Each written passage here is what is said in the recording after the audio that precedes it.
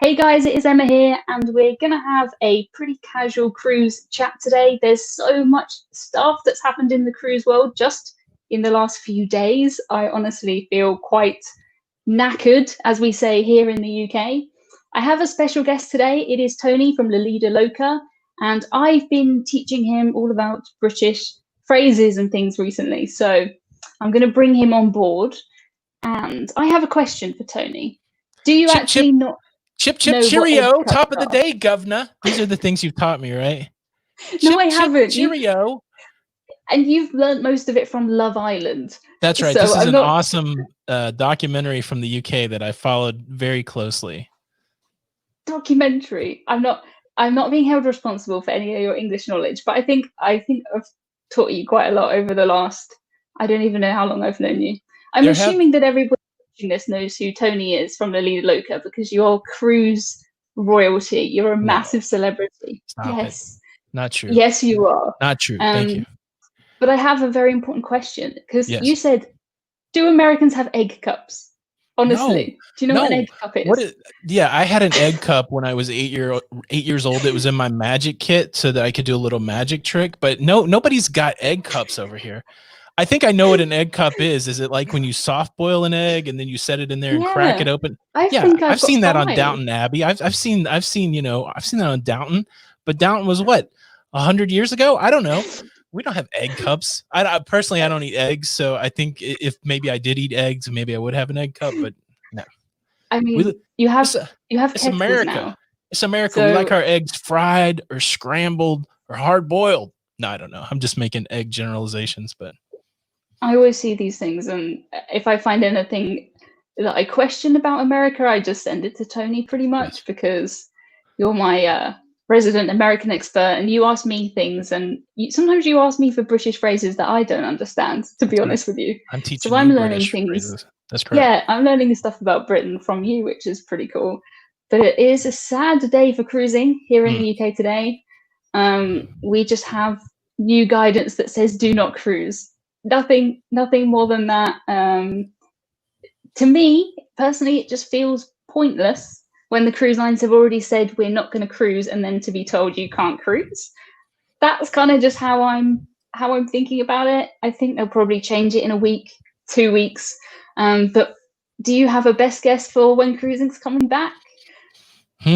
So the funny thing is I've just learned, I did research today on the FCO. I didn't know what it was about. I didn't know it was a combination of a couple organizations but yeah, so now I have a new thing to rail against, the CDC and the FCO. Yeah, I don't really know. I don't know when cruising's coming back. I hope it comes back within the next year at least, because I don't know that these cruise companies can survive.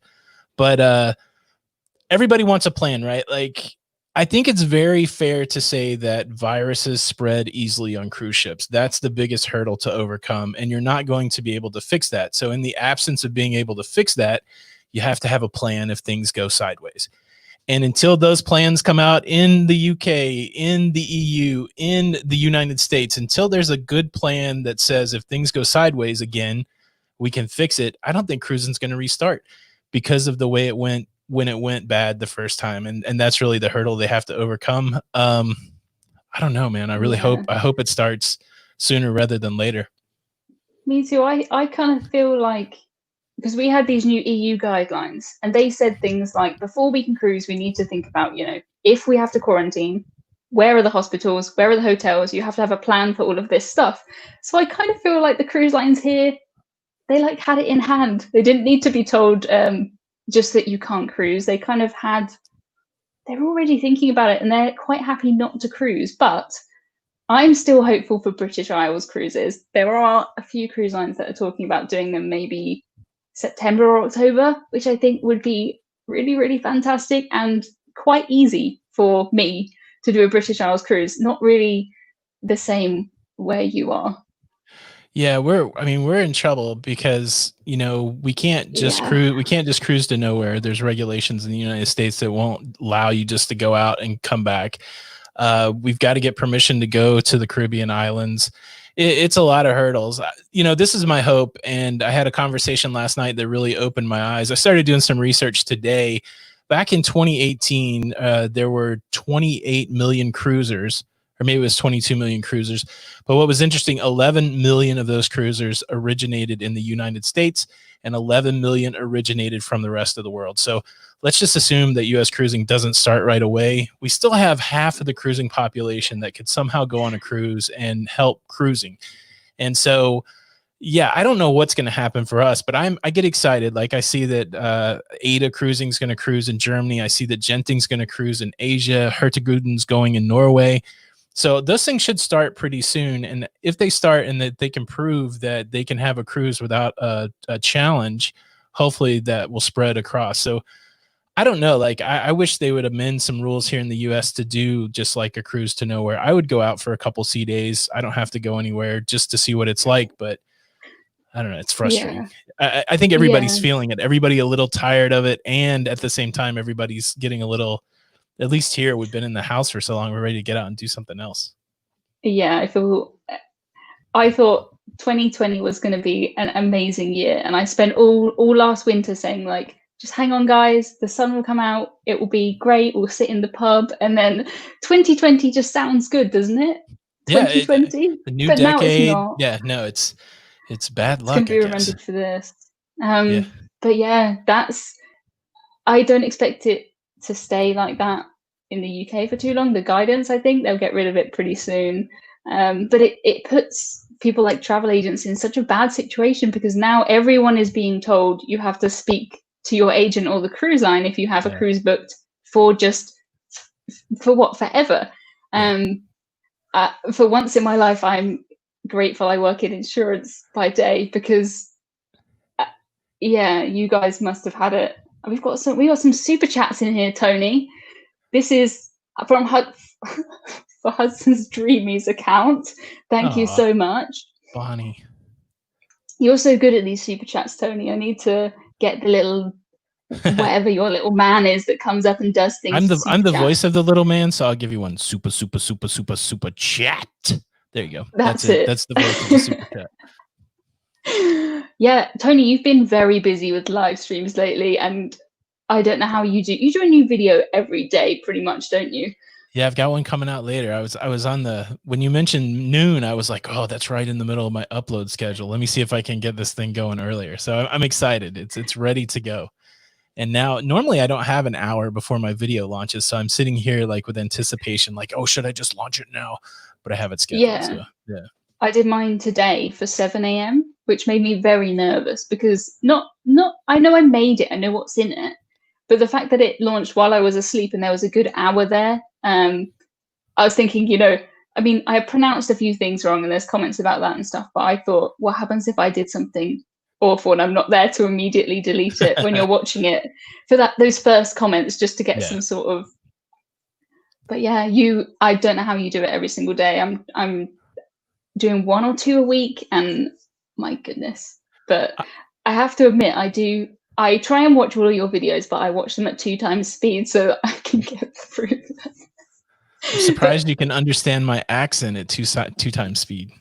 I can. I tried to edit one of my videos at 2 times speed, and I think I'm already at about 1.5 times speed. I just speak fast anyway, so it's really hard, but I try to watch everything. So we talk a lot about UK, American cruising, and I've been doing just a bit of research into, I mean, it helps for me to know the difference between British and US cruising.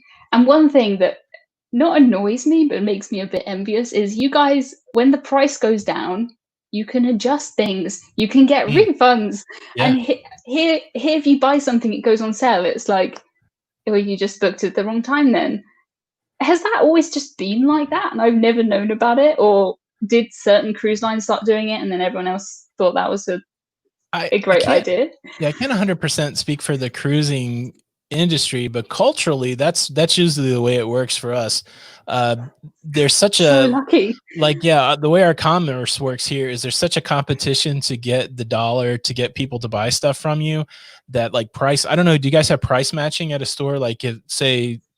Yeah, so if something is, oh man, what's your Walmart over there? Telco or something like that? Asda. Yeah, Asda so whatever. supermarket where I worked for 2 So, years. so the interesting thing, Best Buy is an electronics store here, and Mhm. Walmart has price matching or works vice versa. So if you go and see a great price at Walmart, you can take an advert over to Best Buy and say, well, I can get this camera for this at Walmart. Do you want me to buy it from you? Give it to me for the same price. And that's just part of the culture. And they'll say, okay, we'll sell it to you. So I think that's why not all the cruise lines are that forgiving though. So we've had some, like Carnival will almost always reduce your price when it goes down. A lot of times after the final payment, they'll give you credit or something like that. But some cruise lines, like we've run into Royal, they won't do that. So it just depends on the cruise line.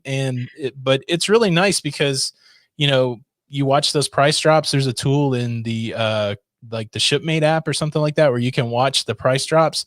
And yeah, we've saved a lot of money that way. And we've saved a lot of people money that way, where we go back and say your cruise went down a few $100s. And I tell you what, when you call somebody and say you just saved $300 or $400, people get excited. So yeah, it's unfortunate you don't have it there. I won't rub it in, but it happens all the time over here. It's awesome. Yeah, I spend so long telling people, this is the best time to book, and for Americans, it's just not as important. Here, Yeah. if you book and then it goes up or goes down, it's just tough, really. So we've got some very important questions, like what flavor is your squash today? Today's squash is orange and pineapple. Tony, have you ever had squash? I've had the vegetable squash, but I've not. Now, is this already pre-mixed, or have you mixed something into water there? So I've mixed this. I have about 8, 9, 10 different flavors of squash in my kitchen at any time. It's most of my drinks, to be honest with you, the odd Pepsi, but apart from that, it's pretty much squash. And every trivia, I have one of these, and I'm teaching everybody about squash. But everyone does come in and think it's the vegetable, or sometimes they think it is the sport that we have here, squash, but you call it something else. Oh, we call it squash here. It's like tennis I on thought a it was small called tennis on a like smaller court. I thought it was called like racquetball or That's the something like squash. that, or is that Okay, something different? let's work this out. So squash Okay. in the UK, it's played over a net, right? Like you hit a ball with rackets over a net. Is that correct? I don't think so. I don't even know. So I racquetball, thought you hit a I ball thought it into a was wall. So I don't. yeah, no. Yeah, that's it. Against the wall. That's what we That's what call you call squash. squash? Okay, we have squash here, which is like tennis, but on a smaller court. I see. Yeah, yeah. Gotcha. We have an interesting question here. I don't know if you Yes. have an opinion on this one. Do you think that Virgin are going to do anything in they're back in Italy, aren't they, with the Scarlet Lady? And I'm hoping they're installing thousands of bedside tables. Do you think they're going to do anything? It does seem really odd that they sailed back just to drop off their crew and then they're sailing back, doesn't it? Because I surely they don't can know. fly them now. So here's the deal. This is now of course Virgin they have a lot of capital anyways, but would you pour more money on top of money when you're uncertain whether your business is even going to go or not? I would be hesitant, right? Like, you get one random YouTuber who's mad because there's no bedside tables, no nightstands. Do you go and refit your whole cruise? No, there's a lot of people that had those complaints. But yeah, I don't know. I think I wouldn't see. I can't imagine them spending a lot of money on that ship until it starts making money. I could be wrong. They could be reading the tea leaves and going, okay, well, if we change some things, but we're going to book it up heavy in 2021. I would, if I was a crew, I wouldn't be spending any money. Like, and you see this with a lot of renovations stopping with other cruise lines. I would be holding onto my money as tight as possible, waiting to see if I could cruise again. There's no way I'd pour more money into it, but they might. I mean, again, they do things. They march to a different drummer there at Virgin, so maybe they are. I don't know. Maybe. I mean, they've got the second ship is already done, isn't she? And then the third one's half done. So that's a hell of an investment before you know if anyone likes it, and it's an awful timing. But they're really trying to sell these cruises. I don't know if you can sell Virgin, but the commissions for the agents have gone. It's like double the price of any other cruise line. They're really. I know we get emails pretty consistently from Virgin with sales, and so yeah, I they want to book it up, and yeah, it's the worst time out of all of the, when you look at cruising, out of all of the worst times to go into cruising, I would say Virgin picked it. Yeah, this is. I'm not going to pretend it's not. This is really getting awful now, and this Yeah. is dragging on. But how good is it going to be next year when we can cruise again? It's going to be awesome. I'm excited now. I know you've been tracking along with some of the protocols and stuff like that. Are there anything that's going to make you not want to cruise? Like, is anything going to ruin your cruise experience if you have to do something safety wise on a cruise? I don't think so, because the way I'm seeing it is I'd either be at home having to do these things in a restaurant or to get my hair cut.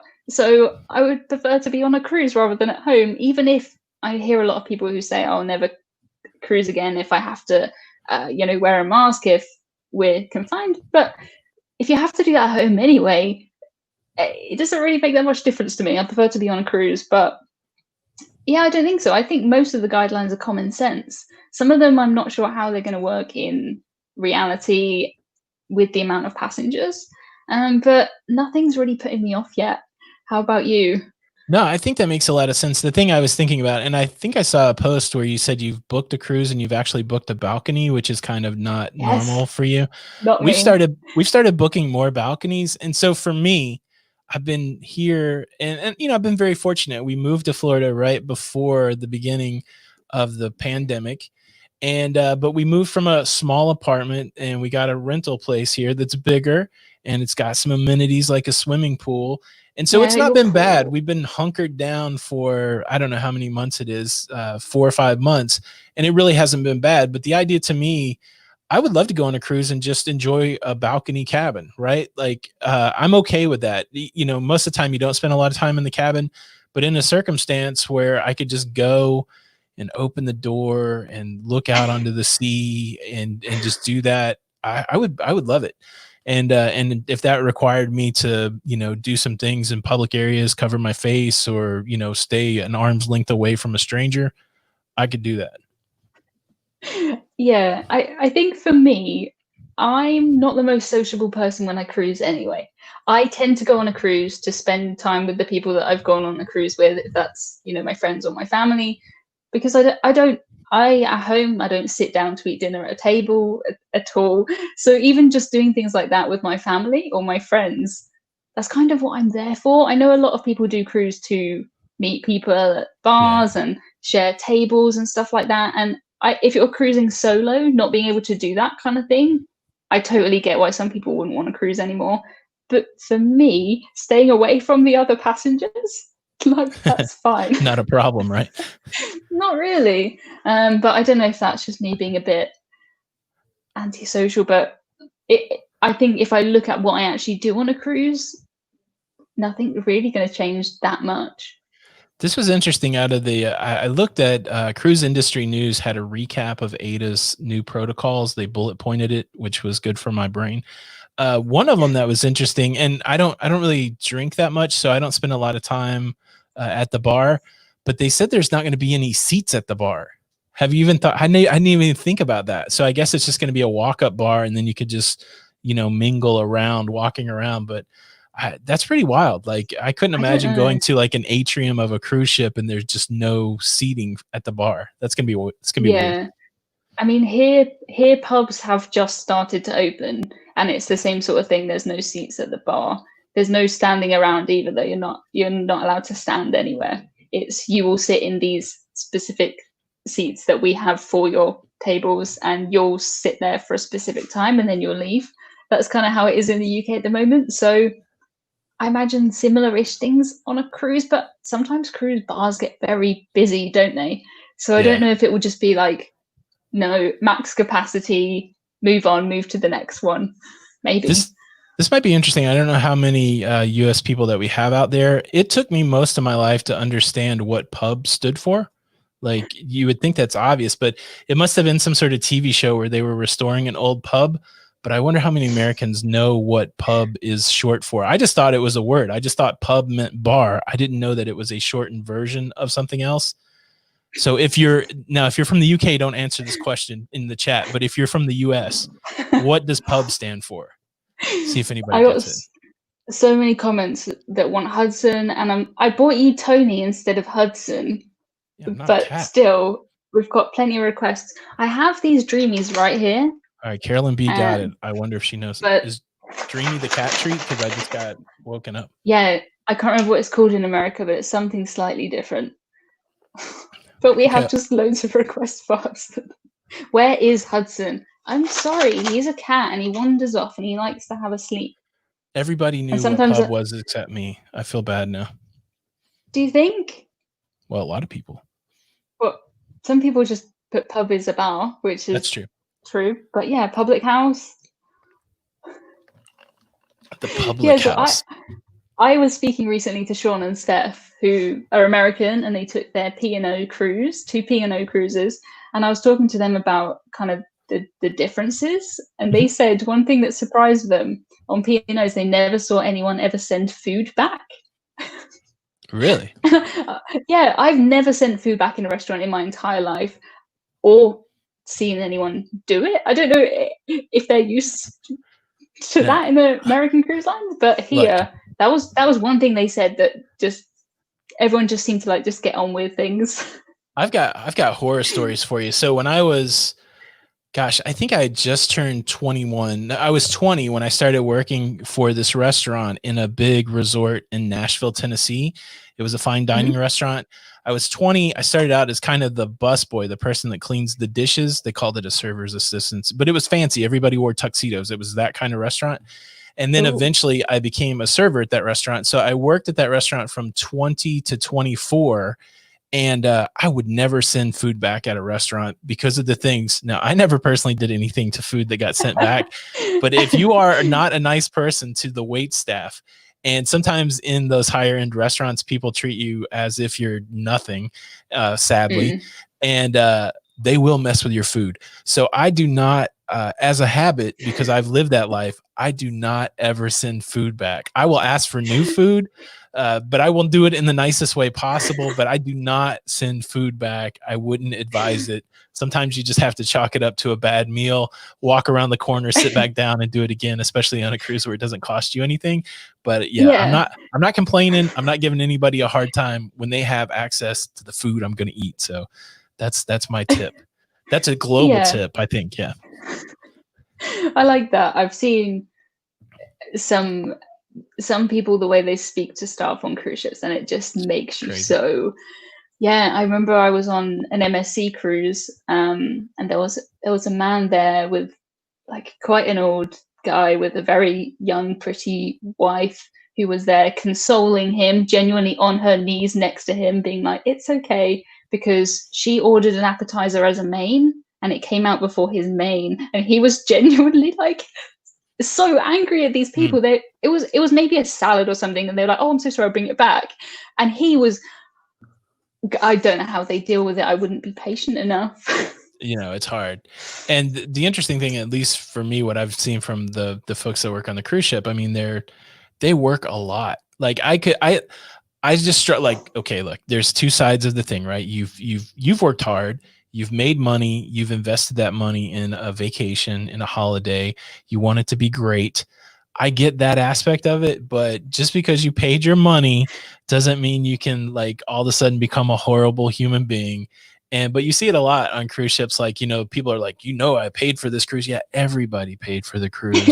And this guy and this worker here is working 14 hours a day so that you can yell at him, calm down. That's what you just want to say. You just want to pull people aside and go, look, calm down. Yeah, I can just hear my mum in my head saying, "Good manners cost nothing," and that's what I want to tell people. Excuse me, good manners cost nothing. It's just being polite, just please and thank you, and people really appreciate it. That's the thing. Sometimes I think probably being annoying is a British stereotype to say thanks for everything. I try to do it. Thanks, cheers, thank you, bye. But better that than I think than being just, I don't know. It's one of my least favorite things about cruising is just when you see people treat the staff like nothing. Drives me crazy. It's so we have a good question here. Go ahead. A good one. I saw it and it's gone, and it's something I haven't thought about, and it's to do with the cruise lines planning on reducing capacity. Yes. What would they do if a cruise ship is fully booked and they decide we want to reduce it by 20%? How do you kick people off? Do you offer to move them over, I guess? So interesting stuff happening with Carnival right now. So we're scheduled to go on the Carnival Breeze on the 24th of October, and we're going with another YouTuber, Sharon at Sea Travel. And between us, we have booked over 200 cabins. So we have like 400, close to 500 people that are going. So that's the situation. If they reduce capacity on that ship, what's going to happen? It's been about 6 weeks now where you couldn't book onto that ship. And so some of us have speculated that they've decided on the capacity percentage. And even though people may be canceling that cruise and that kind of thing, they're just not letting more people on. But what we saw this week with Carnival is the Radiance isn't going to be ready, and they kicked a bunch of people off the Breeze, and so like they like all these people had cruises for the Breeze, and they went, oh sorry, the Carnival, the Radiance people are going to get your spots, and they just cancel people. So I think that's what's going to happen at the end of the day. If they have to do some sort of reduction, they're just going to send out an email and go, hey, so sad. No cruise for you. It happened to us. Like we were scheduled, our very second cruise, we were scheduled on Royal Caribbean's Majesty of the Seas. And about a month before that cruise, they just decided to dry dock it and do improvements on it. And they just sent a so sad email. Hey, so sad. Your cruise is canceled. We'll give you your money back if you like. And it was an interesting lesson for us because we'd booked the cruise through a third party, like a big box store. I don't know if you guys have Costco, or we have Costco, Sam's, those kind of things. We don't do that so much. We do, but yeah. So they a lot of times they have travel agencies, and so even though that cruise got canceled and we didn't do anything about it, we had to pay like $200 in fees to this third party thing. It was so frustrating as a second cruise, but I do think that's what happens a lot. They're just, the interesting thing about cruising is the demand is high, and so they can kind of treat you how they want to treat you, which is bad, right? You know, they're like, okay, well, don't be a customer. We'll slide somebody else in. Like nobody wants to say that, but that's true, because if it wasn't true, some of these things that they do to you would be less done to you, right? Like just call you up and go, hey, so sorry, we're going to put somebody else on your cruise ship. If you don't like it, we'll just say sorry again. So I suppose I'd like to think that they do that nice thing where they say, if you move over, you can have double the length of the cruise, and maybe they'll do that. That's kind of what I hope for. But do you think demands for 2021 is going to be the same as it was like last year? Because I can only talk about it. Yeah, from what we're doing from a booking perspective, you know, I make videos, I create stuff, and then my wife Jenny really got into being a travel agent, like out of the blue, didn't really expect it. She loves it, and she works like way a lot of hours. Of course, all of this cancellation stuff been a nightmare. Like, you know, if you think about it, she's worked 2 years on this cruise that is supposed to happen in October, and at a whim, 2 years of work could go away. It's very scary that way, but that's the risk that you take. But to the point of 2021, we've consistently been booking people on cruises in 2021. So I think the demand is there and people are still booking cruises. It's just the kind of the uncertainty of when it's actually going to happen. So I think the demand's going to be strong, but I think it's going to depend what cruising's like. That demand could drop off quickly if you get a few cruises out there and people are like, oh, this is horrible, I don't like this experience. But if you get a few cruises out there where people are going, look, it's almost as good, I think people are going to book up a lot of cruises. So I think we need to be those people, don't we, that try it out first and tell everyone it's fine, and then everyone will come back. I don't know if I'm first. I mean, I'm first. I don't care. You're in a younger, healthier demographic than old Tony here. I might be first with you in spirit. Go Emma. Okay, go Emma. Go on a cruise line with a nightstand. Woo. Or bedside table, as you call it. So a bedside table. Is that, would you not call it a bedside table? We call it a nightstand. Look, we made a shorter word. You call it a bedside table. That's a lot of syllables. Nightstand. I don't know why it's called a nightstand, but I'd use that too. That's also all right. Yeah. I like this comment from Joey about younger people cruising 2021. Yeah. Here in the UK, we have a few cruise lines that are mostly an older demographic, which there's some cruise lines that I am kind of worrying about. I'm not worried at all about these big American cruise lines. They're all owned by the same, they've got so much money, they're fine. But there's a few independent British cruise lines that mostly cater to people who are 70s and 80s. And I have to admit, I'm a little bit worried about some of those. But only time will tell, I think. The real ethical dilemma here, right? And so this is one I've contemplated a lot, and everybody has to determine this for themselves.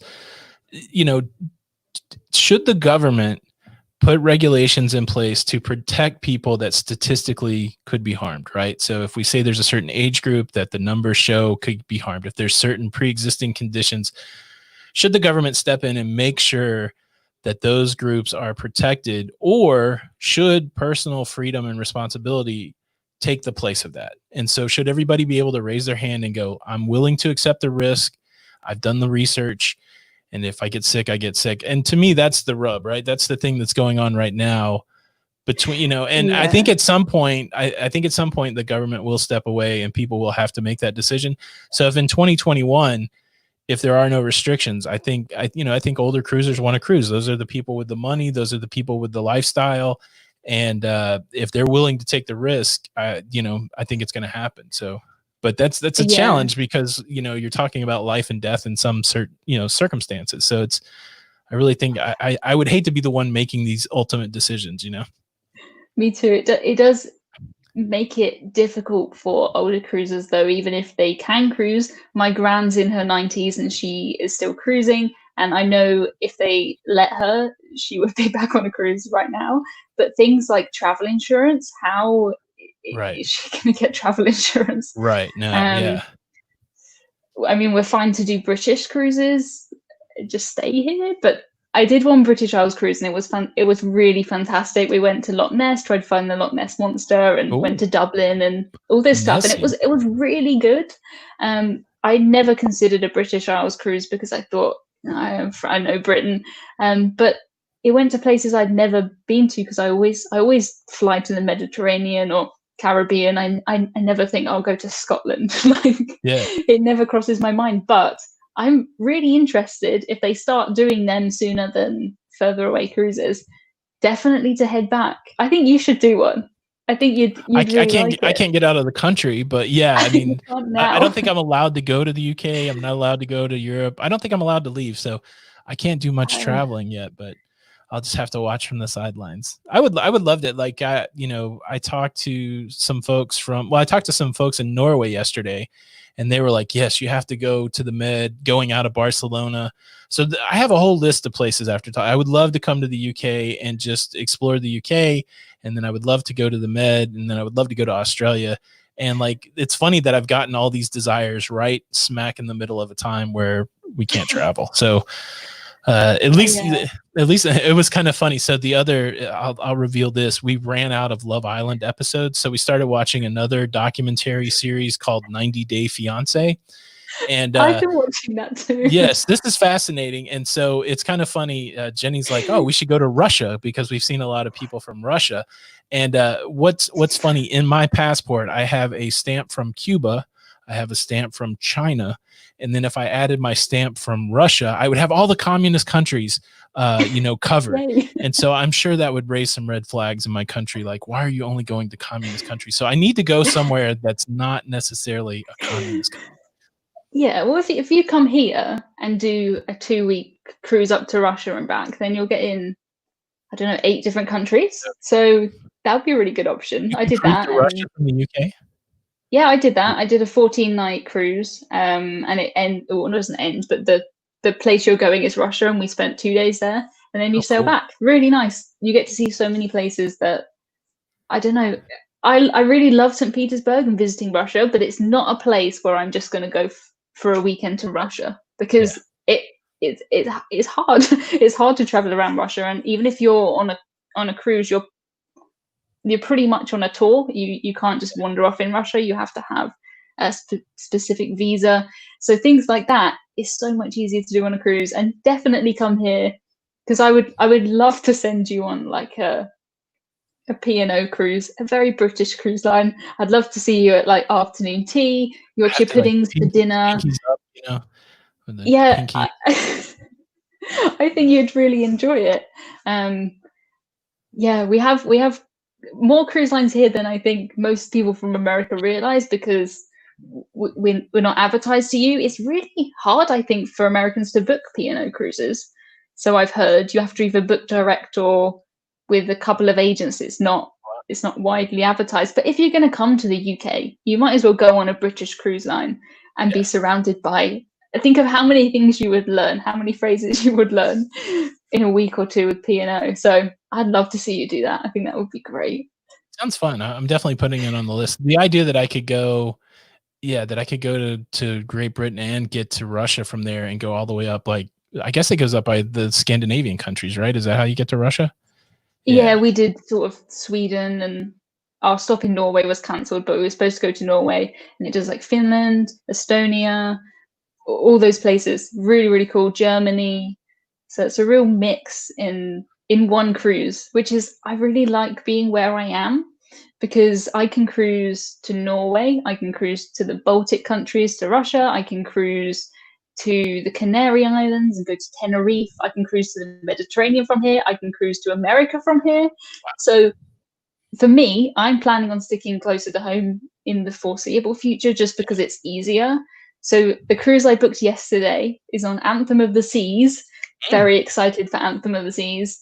And it's a week to Norway. So I'm going to be going from Southampton, which I think is good. I think we'll probably see more people sticking close to home, just because I had a cruise booked on Carnival Radiance for May, and trying to get back the separate hotel that I booked and the flights and the cruise, I've just managed to do it now. But if you can avoid that, I think it's easier just to go from home ports. But I just like that here where I am, there's so many different types of cruises: hot cruises, cold cruises, culture cruises. I'd say a Baltic cruise is all about the history and the walking tours and the culture and that kind of thing. And there's beaches as well too. So I love the Caribbean. Love it. It's great. But I don't do well in the sun. My heritage is English and Irish. I do not do well in the sun.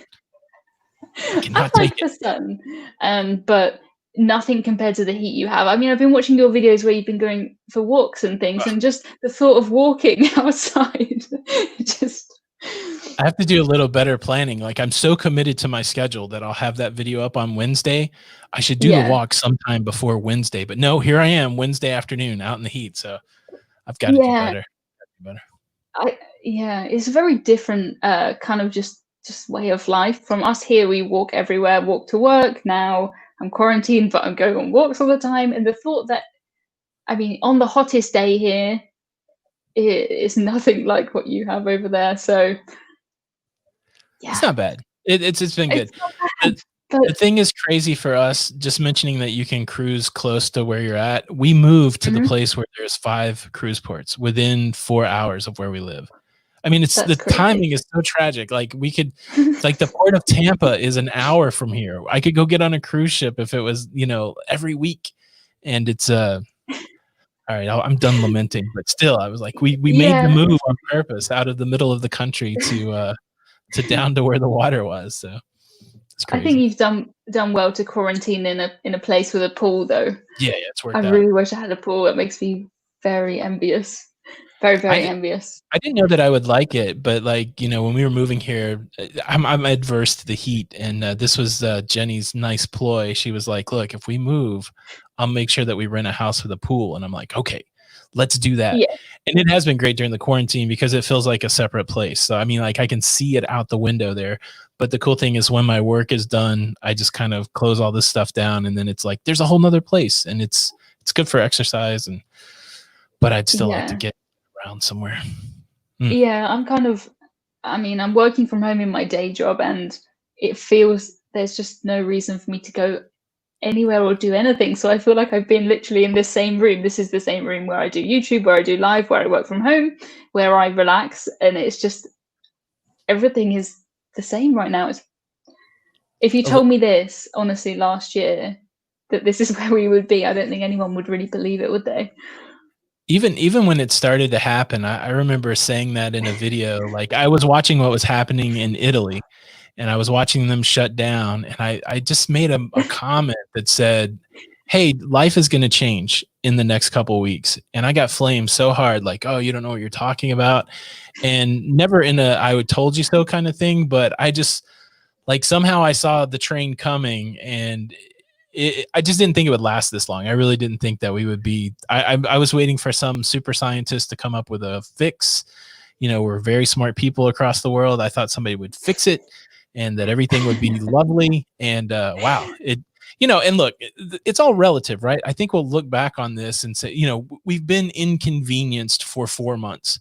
You listen to some people, and it's like, I mean, if you just have an appreciation for history, think about the Great War, think about the sacrifices of, you know, people going away. I just watched a documentary on the American Civil War. It's like 6-8 years of you don't see your husband, and you're plowing your own crops. Or if you look at World War II, where people, you know, so in the scheme of things, you know, this 4-month inconvenience where we can all still play Xbox and watch Love Island, it's not that big a No, deal, but it is relative to the comfort that we know, right? So it's hard to that's elevate the thing. yourself to that, like it could be worse, but in the moment it feels pretty annoying, you know, and it's I do get Yeah, the frustration that people have. So it yeah. just feels like it's dragging now. I remember being at work and I had at that time I had a cruise booked for April and May, and my April one was gone. I thought May maybe that'll be fine, and I had a September cruise booked with some of my work friends. It was their first cruise. I finally convinced new people to come on a cruise with me,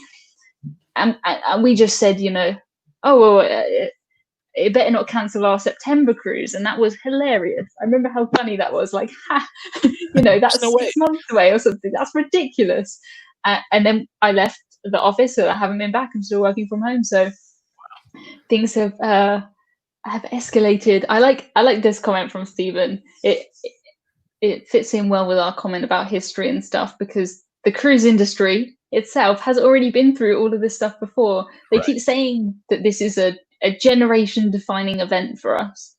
And if it is, I mean, we have a great generation, I think. Yeah. If the worst part is staying inside for a year, pretty much, I mean, we've still got food, we can still, you know, um, but yeah, cruising, just because we haven't seen it get through all of these things before, it got through the 2008 recession okay. It got through things like 9/11 happened and cruising was fine, and Titanic. So I think cruising will be okay, but I think it feels at the moment quite like blow after blow for the cruise industry, especially with this news today, because it feels like it's unfair on the cruise industry when you can fly now. You can, here in the UK, you can go to a bar, you can go to a restaurant, you can get your hair cut, you can go to the gym, but they're saying as long as that's not on a cruise. Yeah. I've struggled with that. It's the same way here. Is it fair? Is it not fair? The thing that I the thing that's different to me is there is a difference being that far out in the sea, right? Like if you get sick on a plane, you're basically going to get off the plane and go get help. I just think I think that's where the over caution is if something goes really bad in the middle of the ocean, how are you going to fix that problem? And you know, and I don't know if that's a rational fear, not a rational fear. Like you said, everything else is opening back up, but I do think that there's some whiz bang somewhere that they don't cruise, and they're going, well, all these people are going to get sick at sea and we won't be able to do anything and it'll be a big disaster. And I do think that that's the thing that you know, like I don't think anybody's being particularly like mean to the cruise lines on purpose. Now I've heard that argument put out there, but I just think it's a hard problem that nobody has a good solution for. And I think it's easier just to say, don't cruise, right? Like sometimes like, okay, here's a really hard thing that you have to solve, but let's get together and solve it. And they're like, let's just say Yeah, don't just cruise. How about that? That's easy. We can just say don't cruise. And you know, it only affects a smaller part of the population. It's a leisure thing. It's not essential. Yeah, just don't cruise. And I think that's what we have: a bunch of people with already a bunch of problems, just pushing it off to the side, which is frustrating for all of us who love cruising. it is. I think it's just the not knowing, isn't it? If it was okay, 2020 is just done. Right. Forget it. But 2021 will be fine. I think people will be a lot more, you know, willing to to think forward and get through this time. I think it's the never endingness, and I understand why the cruise lines have to keep pushing the dates. and then pushing the dates and pushing the dates. But it feels like you're getting disappointed like every month, rather than if they just did it for a year. You would process that information and then kind of move on from it. Yeah. I think that's the scare point from a cruise line's perspective. I don't think it would hurt. I'm pretty sure they're just like, well, if we cancel cruising for a year and nobody gives us any more money for the next few months, we'll never get any money again. And so to your point, I do believe that's why they keep pushing the date, which is hugely frustrating. And you just wonder if the governments are complicit in that. Like the government probably 6 months ago could have said, all right, like you said, we'll just close it down for a year. But the cruise lobby's like, no, don't do that. Let's just close it a little at a time because we need that money. It's a complicated thing for sure. Complicated. It is super complicated. I like this comment that says, Emmy, you look so happy. How excited do you get at Christmas? You say this, but I think I'm quite a happy person, but I still get comments on YouTube that say so dull, so boring, so monotone. I was like, I have the most expressive hands, and people tell me I move them too much, I move them too little. Yeah, YouTube is a roller coaster of great things, and then some really The hard thing is like it's probably 100 to 1, right? 100 positive comments to 1 negative comment, but the negatives always stick with you. So like that's what I'm always trying to reteach myself. Like when I get a negative comment, I just hide it and move on. But yeah, for a while, like if I was shooting and I wasn't doing anything with my hands, I would try to do stuff with my eyebrows. I would try to be expressive, like I would try to accentuate stuff, and I would get all kinds of comments like, "What's wrong with your face? What's wrong with your eyebrows? Do you have some sort of condition?" I'm like, dude, just watch the video and enjoy. Yes, I have a condition, and I'm trying to get a response out of you. So calm down. Yeah, I can't believe you brought that up. I'm very sensitive about that. Yeah. But the thing is, I always want to just be like, feel free to do better. I got a fact wrong. I pronounced something wrong. If you can show me the same video, and sometimes people will say to me, this is out of date. This came out 5 hours ago, and I'm thinking, how long do you think it takes me to find out, record it, edit it? I'm at work anyway. I find that I just hide them too. But lately, I've started seeing people be mean about me, not to me. Yeah. And that's even harder.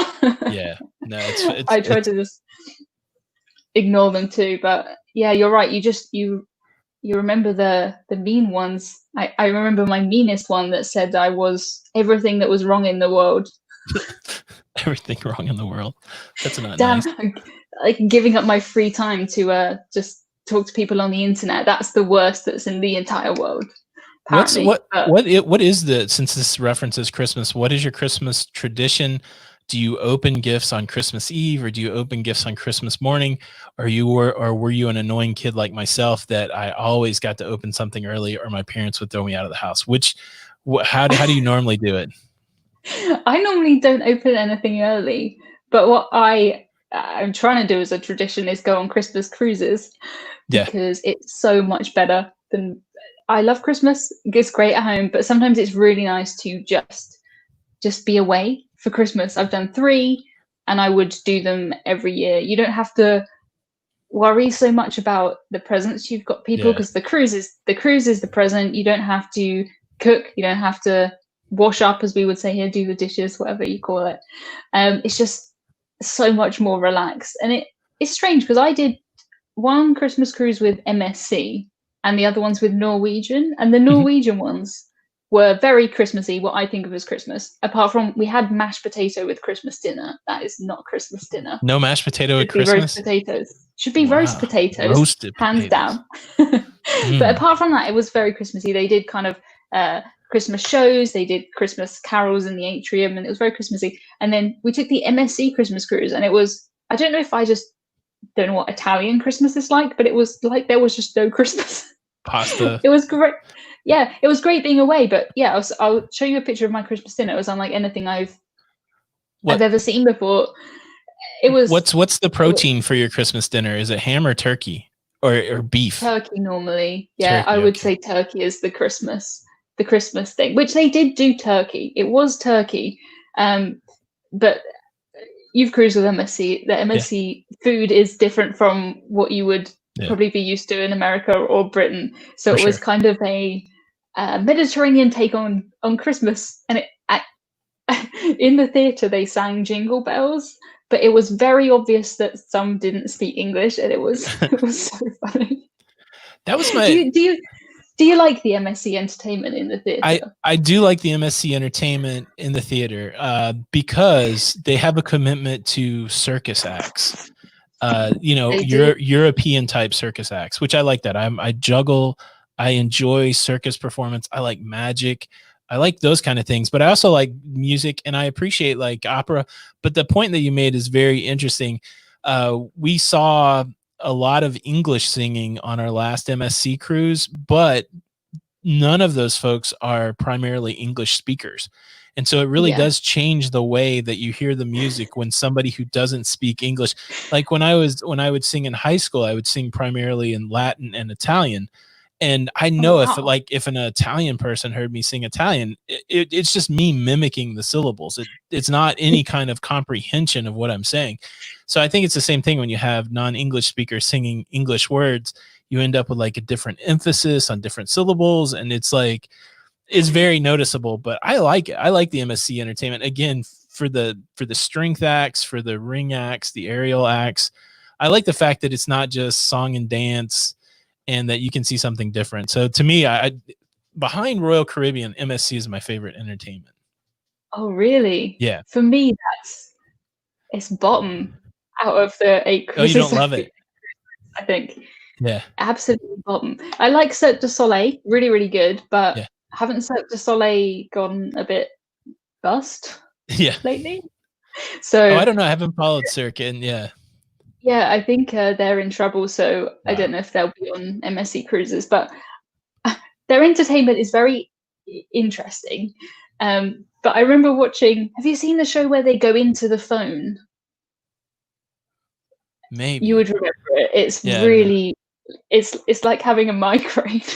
Really? There's this cartoon guy and he just picks on apps and he like goes into the dating app and then he's in like emoji land and everything's like electronic and there's nothing's spoken, and maybe they've changed it, maybe that isn't a thing anymore, but I genuinely looked at my mum during one of the shows and she was just crying from laughing because they had these people dressed as dogs crawling around the stage and they were pretending to sniff each other's bums. It was like, what is this? Do you know the movie The Mask, with the Jim Carrey movie? Where I have seen that movie, yeah. They have a show based on that, and it is the weirdest thing I've ever seen. Like we saw that maybe they have on the different Divina, shows and I was like, what is this? Yeah, no, it was weird. Again, it was non-English speakers singing English dressed up like characters from The Mask. It was interesting. Yeah, I mean, they have a really hard time because they can't do like a Norwegian or Royal Caribbean show because it's in English, it's got a story, like it wouldn't work. So it's all very interpretive, isn't it? But sometimes I just come out of those shows and I just feel like I've had a migraine. I go to them all because they're entertaining. They're entertaining. And the thing is I took some first-time cruises on MSC Meraviglia. We did a Mediterranean cruise, and they would come out of the shows or dinner and they would say that meal was fantastic, that show was great. And I'm not going to say it, but I'm thinking to myself, like, it's widely regarded as being one of the worst. But they loved it. They thought it was fantastic. So we have a question, and it says, sorry, who is Tony B? Tony B, who are you? I told you I'm nobody. Yeah, so I make videos on a channel called Lido, Loca. So if you're into that cruising and travel content, go check it out. Hit that subscribe button. Come on. Every single day, the cruise news comes through Tony. That's right. If you want the daily. I always say, like, my elevator speech is, we also have videos that have monkeys in it. So if you like monkeys, come watch our YouTube channel. That's fantastic. Or the lift. Do you know the term elevator speech? Do you call it a lift speech over there? That's harder to say. I don't think I'd call it anything. Does that mean just when you have to describe yourself quickly? Yeah, so in like the amount of time that it would take to ride an elevator. That's where the term comes from. Never heard that before. But so probably be. What would you call it? A summary of your channel? Yeah. Interesting. I don't think I don't know what I'd say, to be honest with you. Things have changed here on YouTube due to this, though, haven't they? Because before I did you did and I did kind of cruise vlogs and cruise tips, and with less people booking cruises and way more cruise news, we've kind of gone that way. But I think it's what people need, because I don't know about you, but for me, I struggle to keep up with everything, and I'm purposefully paying attention. So for everybody else, it's really hard. I mean, that's the other thing for us, like, because we're so invested in cruising, we do have to kind of sort through all of this. And just doing a simple like cruise news search on Google, there are so many stories out there, and it's hard to wade through and determine what's important, what's not, and trying to find what people are interested in. But yeah, 100%. Like, I would say the majority of my videos before this were cruise tips, and then just going and filming the cruise, which I like. But I also I do like doing the commentary on it too. So it's all a good fit for me. But yeah, it's a weird time, you know. Hey, we're travel vloggers and we don't go anywhere. Come watch our stuff. Yeah. Woo. We can't cruise, but we're talking about it, and we've got memories and plans. Yeah. That's kind of what it feels like right now. But I think we've done quite well to get through this time without going on a cruise, but keeping up, especially you with your daily videos. Things tough. Just get out of date so fast. That's the thing that just I find really hard. As soon as I said something, the comments say, "Oh, that's wrong." It was true when I said it yesterday. Yeah. That's so like I believe in these things like mission statements and having a vision for what you're doing. And so that's my daily goal, is to create something from nothing that entertains and educates the masses. That's what I tell myself when I wake up. Tony B, what are you going to do this morning? I'm going to create something from nothing that entertains and educates. And that's why those comments hurt, right? Because like the thing that exists now on the internet that people are consuming by clicking a button, it didn't exist a few hours ago. That was my effort to add something to the universe. And then when somebody is saying bad things about it, it's like, oh man, like, you know, like I made the pizza video comparing, like, can you identify which cruise line this pizza came off of? I thought that was ingenious. And I got 3 or 4 comments like, oh, must be a slow news day. I'm like, even if it wasn't a slow news day, this is a lot of fun. Go figure out why don't you just deal with the pizza? Why are you dealing with my creative process? It's very interesting. Why don't you just not watch it? If you don't like it, just go Slow away. news day today if you're talking about pizza. Who doesn't talk about pizza in cruising? Come on. It is quite a big part of cruising. Yeah, it's weird, but that's true, yes. Apparently we should do a vloggers cruise. I mean, I'm always tempted to come on your group cruises, but I don't know if I would want to do a one for myself. It's fun. Like, to me, like, I'm an introvert. Oddly enough, I don't do well with people in real life. I've always been a shy guy. That's the way I am. What I really love about the group cruise is this is where I actually make friendships. So there's a lot of people that are friends on Facebook, a lot of people I know virtually. The people I can say that I'm actually friends with from the cruising community are people that I've met in real life. And so I think you would like it in that aspect, that people that you've only seen their little tiny face in a picture and never heard their voice, now all of a sudden you have like real life friends, which is really cool. So I would encourage you to do one. But what I like, you know, maybe keep it small. Like, that's the, you know, I'm finding as they're getting bigger, it's harder to make that connection. And I just stay up the whole cruise. So like, I think we had 40 or 50 on the last one and I slept 0. So trying to make sure everybody was having a good time. So this next one's going to be a crazy big one. Yeah, so. I think there's kind of 2 things that go in my mind when I think about group cruises. And the first is I would feel so much pressure to make sure everybody was having a good time that that's all I would do. And I would be so stressed if anything went wrong, because I'd be like, this is this person's first cruise. We can't not have this, or, you know, the cabin's wrong or something like that. So I'd worry for myself. I think I'd spend the whole time doing that. And second, you probably don't get some of the messages that I get on Instagram and email, and I'm a bit scared. Yeah, no, you would definitely want to vet who's going on a cruise with you. The first point anyone can book a cruise though. Yeah. So yeah, if you put your cruises out there, people can come find you on a cruise. The first point that you make, I think that's a very noble thing, to be worried about whether people are having a good time. And that's exactly how I feel. I spent my first group cruise, wondering, like, is this person having a good time? Is this person doesn't seem as engaged? They don't seem as happy. Are they having a good time? You know, and I worked really hard, but it's just one of those things. Once you find out over time, everybody's like, this is the best thing ever. And so Yeah, there's a huge true. amount of satisfaction that goes along with that. Like, thank you so much for bringing all of us together. I have new friends now. This is great. And so eventually that stress that you have, like the second cruise, I wasn't as stressed that way. And eventually that goes away. But I think going into it with that stress is the right approach. And it would make you be a wonderful cruise hostess as long as there's no weirdos in your group. How about that? Yeah, I mean, I'm sure I would have a great time. It's just not something I've really thought about for now. I mean, Yeah. maybe when I can cruise more, that it will be fine. There's definitely people I'd love to cruise with, and friends I think I know, but would like to get to know better. So maybe someday. I think I just have to. It would have to be a cruise that I already knew that I really liked, probably. So yeah, maybe we'll see that in the future. Sneak on one of ours and see what it's like. Get your feet wet. I think that's a good and idea. then we'll come over to the UK, and then both of us will take a bunch of people out. How about that? That sounds fantastic. Yeah, I'd love to show you around kind of all of the British things.